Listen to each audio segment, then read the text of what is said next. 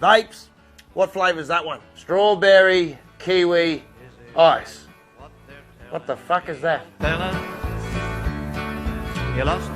Now, let me get this straight. They stopped smoking indoors, pubs, the lot. Even in cars, not allowed. Even in prison, not allowed. Then they took away the branded packaging because they thought that made smoking attractive to kids, and replaced it with pictures of scurvy-ridden lips, heart disease, and our good mate Brian over here. Then they locked them away in cabinets, behind the counter, out of sight. And then they jacked the prices way up and squeezed people out of the habit on cost alone. And to their credit, over the years, with these measures, for a while, smokers were outnumbered at parties. Kids didn't see it as cool anymore. Almost mission accomplished, really. And fair enough. Then, out of fucking nowhere, bright coloured sticks that taste like a tin of creaming fucking soda were suddenly okay. They look like Christmas decorations, for fuck's sake. Are you fucking joking? And like most things that are an issue these days, it's readily available. I mean, you can sneak in a puff anywhere you like, and no one can smell it or police it.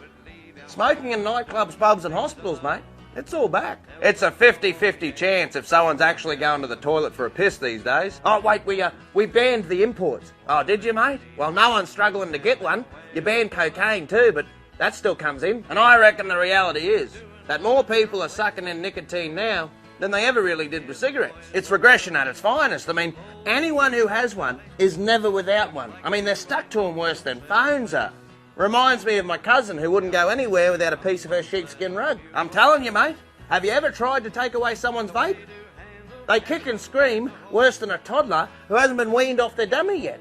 I mean, it's just easier to say, here, Natasha, suck on your passion fruit mango glow stick, you angry bitch. At least with a cigarette, you had to work for it. You had to get a break from work. Sometimes you'd fake going for a shit. Then you'd have to find a smoker's area, get yourself a lighter because you either forgot yours or it ran out. I mean, it was a battle. You'd bash two rocks together just to get a spark. And then after all that, you'd be puffing it down really quick just to get back to work. And you were happy. You were content. And now, somehow, all that sounds quite healthy. And everyone did a stock take. They had a label, something they were classified as, like, I'm a pack-a-day smoker, or I have about 5 smokes a day. What now? Oh, I average about 600 puffs a day. Everyone's a fucking steam train. Now, I know when it comes to marijuana, a lot of fellas that work for you that are hooked on it, you got to line them up with the tree just to see if they're moving. But if you're going to let these vapes go rabid, you might as well let poor old Jimmy buy his buds over the counter too. Look at the fucking thing. I mean, you'd almost try plugging it into your computer just to see what photos are on it. And these days, we are more environmentally conscious than ever. With cigarettes, everyone had it drummed into them not to litter your butts. If you did it, you were a mongrel, and fair enough. But now, look at these big plastic disposable bastards. One-time use.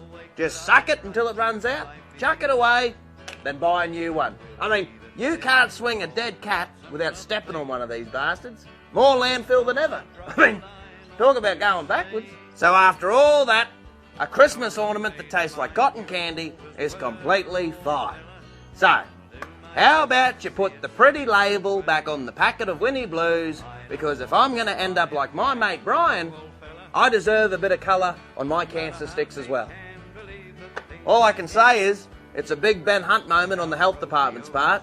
I mean, they almost had the game won, and then they went and fumbled the ball in the home stretch. I mean, whatever happened to just smoking for a few decades until you developed a cough, and then deciding to either quit and lord it over everyone like you're some hero, or saying, fuck it, life's for living, and then die gasping for air. You know, like a man. Now, they'd call a remark like that toxic, but I tell you what, Susan, you're fucking kidding yourself if you don't think the nicotine lolly water in this little bastard isn't.